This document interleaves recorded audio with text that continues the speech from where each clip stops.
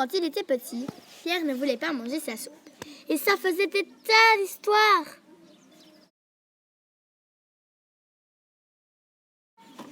Ça faisait des tas d'histoires avec sa mère. Pierre, mange ta soupe. Non, je veux pas. Ça faisait des tas d'histoires avec sa grand-mère. Pierre, mange ta soupe. Non, je veux pas. Ça faisait des tas d'histoires avec son grand-père.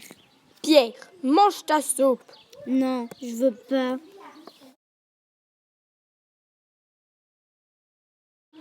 Ça faisait des tas d'histoires avec son père. Pierre, mange ta soupe. Non, je veux pas. Mais avec son père, ça faisait des histoires encore plus pires qu'avec le reste de la famille. Et tu sais ce qui arrive aux petits garçons qui ne veulent pas manger leur soupe? Non, je sais pas. Eh bien, à minuit, la sorcière Cornebidouille vient les voir dans leur chambre et elle leur fait tellement peur que le lendemain, non seulement ils mangent leur soupe, mais ils avalent la soupière avec. Je m'en fiche. Moi, je crois pas aux sorcières.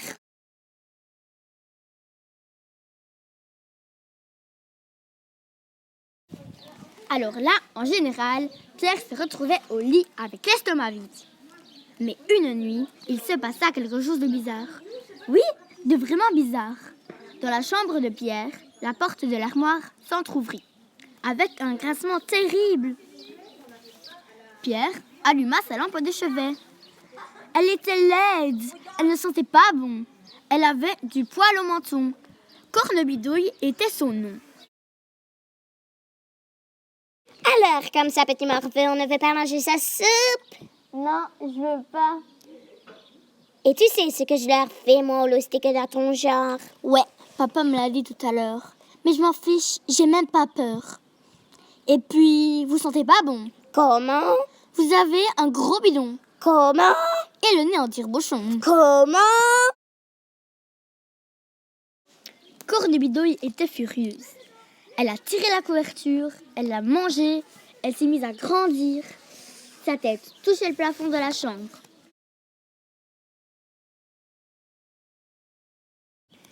Et maintenant, moustique à lunettes, est-ce que je te fais peur? Non, mais vous sentez gruyère. Comment? Et le vieux camembert. Comment? Les chaussettes de mon père. Comment?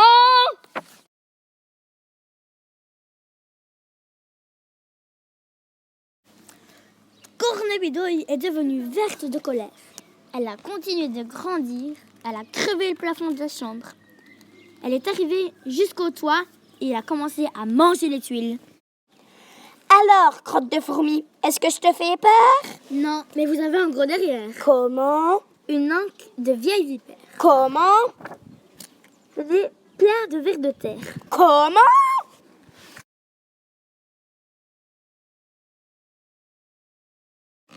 Alors là, Cornebidouille est devenue complètement cramoisie. Elle a continué de grandir, de grandir. Elle est arrivée jusqu'au nuage et...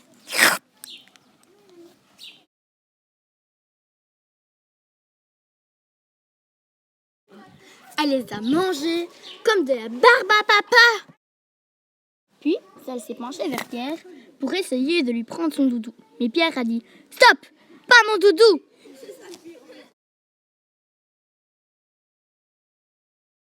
Ha ha ha! Tu fais moi le fier!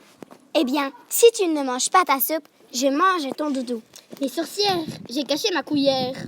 Et où elle est, cette cuillère? Au fond de ma chaussette. Mais je n'arrive pas à l'attraper. Il faudrait quelqu'un de petit pour aller la chercher.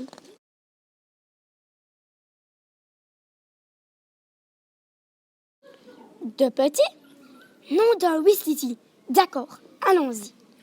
Et Cornebidouille a commencé à rétrécir. Mais je ne vois rien. Elle doit être tout au fond. Foi de Cornebidouille, elle ne m'échappera pas. Voyons, voyons! C'est qu'il fait noir là-dedans? Non, d'un caramel mou. Mais où elle est, cette cuillère? Encore un petit peu plus loin, madame la sorcière. Un peu plus loin? Je n'y vois rien. Et puis ça pue là-dedans. Et c'est quoi ce tremblement de terre? Juste un petit courant d'air. Bonne nuit, Cornebidouille. Pierre se remit au lit. Et le lendemain...